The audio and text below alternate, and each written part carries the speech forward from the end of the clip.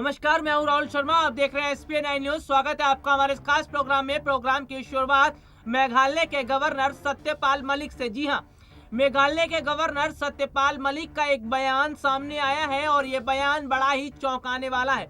इसके साथ ही सत्यपाल मलिक ने किसान आंदोलन को लेकर केंद्र सरकार पर निशाना भी साधा है। क्या कुछ कहा है सत्यपाल मलिक ने, यह हम आपको बताएंगे। लेकिन उससे पहले आपको ये बता दें कि जिस तरह से बीते कई महीनों से किसान आंदोलन चल रहा है, इससे आने वाले समय में बीजेपी के लिए मुश्किलें खड़ी हो सकती हैं, क्योंकि बीजेपी को इसका सीधा सीधा असर चुनाव पर पड़ेगा और चुनाव में वोट शेयर कम हो सकते हैं। चलिए अब आगे बढ़ते हैं और सत्यपाल मलिक के बयान की तरफ मैं बात करूंगा। सत्यपाल मलिक ने बीते दिनों एक कार्यक्रम को संबोधित करते हुए कहा कि सिख समुदाय के लोगों को उन्होंने बताया कि वो कभी भी अपनी बातों को नहीं भूलते हैं। उन्होंने कहा कि वे लोग 300 सालों तक किसी बातों को नहीं भूलते हैं। अपनी बेबाकी के लिए चर्चित सत्यपाल मलिक ने कहा, सिख कौम कभी पीछे नहीं हटती और 300 सालों तक किसी बात को नहीं भूलते। यही नहीं, इस दौरान पूर्व पीएम इंदिरा गांधी का जिक्र करते हुए सत्यपाल मलिक ने कहा कि इंदिरा ने ब्लू स्टार ऑपरेशन के 1 महीने बाद तक महामृत्युंजय मंत्र का जाप करवाया था। दरअसल आपको बता दूं कि जब ऑपरेशन ब्लू स्टार हुआ था तो उस दौरान सिख समुदाय के जो लोग हैं वो इंदिरा गांधी से इतना खफा हो गए थे कि वो इंदिरा गांधी से बदला लेने की भी सोच रहे थे। और इस समय जो उस समय स्थिति थी, जो हालात थे, उसे देखते हुए इंदिरा गांधी इतना डर गई थी कि उन्होंने महामृत्युंजय मंत्र का जाप करवाया था और वो भी पूरे 1 महीने तक। जी हाँ, सिख समुदाय से इतना डर गई थी इंदिरा गांधी कि उन्हें महामृत्युंजय मंत्र का सहारा लेना पड़ा और भगवान भोलेनाथ की शरण में इंदिरा गांधी गई।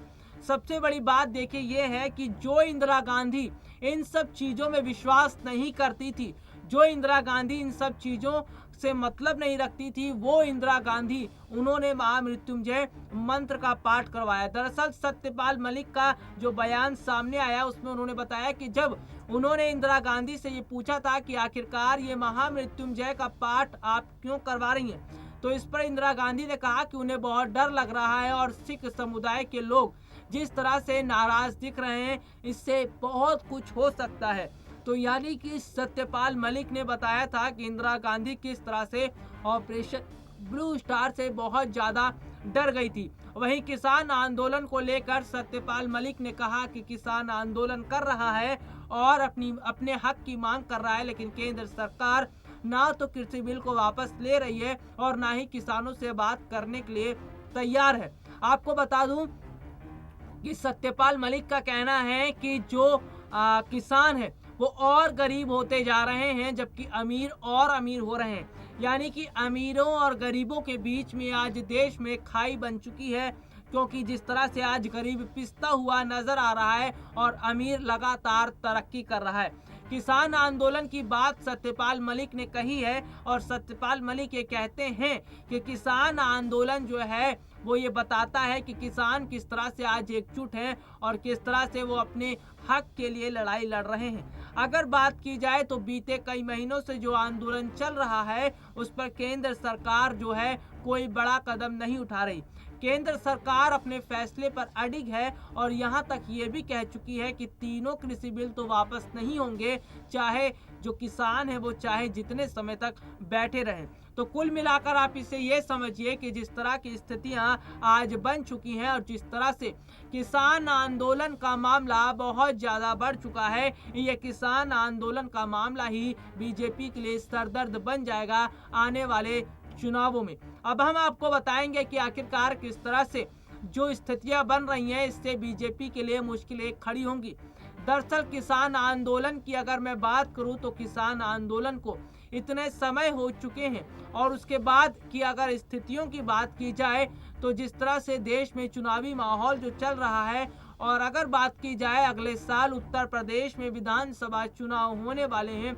अगर 2024 की बात करें तो 2024 में लोकसभा चुनाव है, तो ये ऐसे चुनाव हैं जो बहुत बड़े चुनाव हैं और जहां पर किसान आंदोलन का मुद्दा अपनी चरम सीमा पर पहुंच चुका है। किसान आंदोलन का ये मुद्दा ही बीजेपी के लिए परेशानी का सबक खड़ा करेगा और इससे जो किसान लोग जो हैं वो वोटर्स हैं वो बीजेपी के खिलाफ ही वोट करेंगे। तो यहाँ पर अगर बात की जाए तो किसान आंदोलन का मामला तो बढ़ता ही जा रहा है। इसके साथ ही देश में ऐसे बहुत सारे मुद्दे हैं जिन पर केंद्र सरकार ने चुप्पी साधी है। पहला मुद्दा तो निजीकरण का ही है कि जिस तरह से आज सरकार जो है वो सभी सरकारी कंपनियों को, यहाँ तक कि पेट्रोल पंप, बंदरगाह और जैसे जो फ्लाईओवर हैं उनको अब निजी हाथों में सौंप दिया गया है। यहाँ तक कि LIC और बैंकों का वो भी निजी हाथों में सौंप दिया गया है। और अगर बात की जाए तो जिस तरह से प्राइवेटाइजेशन की ओर बढ़ावा दिया जा रहा है और जिस तरह से निजीकरण की ओर बढ़ावा दिया जा रहा है, तो ये निजीकरण ना सिर्फ निजीकरण रहेगा बल्कि ये लोगों के लिए परेशानी बनेगा। क्योंकि अगर निजीकरण होता है तो जाहिर सी बात है महंगाई बढ़ेगी और महंगाई इतनी बढ़ जाएगी कि आम लोगों का शहरों में रहना ही मुश्किल हो जाएगा। क्योंकि महंगाई बढ़ेगी तो जाहिर सी बात है कि इसका सीधा सीधा असर लोगों की जेब पर पड़ेगा।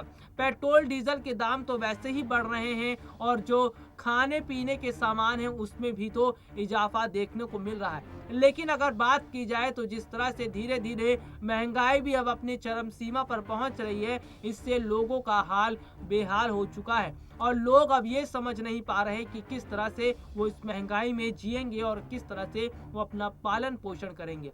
तो कुल मिलाकर आप ये समझिए कि महंगाई तो लगातार बढ़ रही है, लेकिन केंद्र सरकार तो केवल निजीकरण पर ध्यान दे रही है।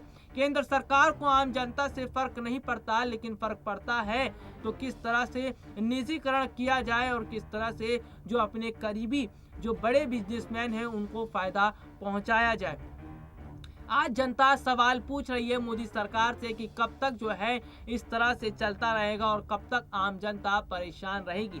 अगर बात की जाए तो किसान आंदोलन का मामला फिलहाल अभी तो शांत होता हुआ नहीं दिखाई दे रहा है और ये मामला लगातार तूल पकड़ता जा रहा है। किसान आंदोलन का मामला अगर लगातार तूल पकड़ता चला गया तो यही मामला बीजेपी के लिए वोट शेयर में भी कमी लाएगा और बीजेपी के जो वोट शेयर हैं उसमें कमी देखने को मिलेगी। ज़्यादातर अगर बात करी जाए तो हरियाणा और पंजाब के जो किसान हैं वो तो मौजूद हैं ही, लेकिन उत्तर प्रदेश के पश्चिमी जो पश्चिमी उत्तर प्रदेश है वहाँ के जो किसान हैं, वहाँ के जो जाट समुदाय के लोग हैं वो भी धरने पर बैठे हैं। अगले साल उत्तर प्रदेश में जो विधानसभा चुनाव होने वाला है उसका सीधा सीधा असर विधानसभा चुनाव पर पड़ेगा, क्योंकि पश्चिमी उत्तर प्रदेश के लोग अब की बार बीजेपी से जो खफा दिखाई दे रहे हैं, इससे ये लग रहा है कि वो बीजेपी को वोट देने के मूड में नहीं है।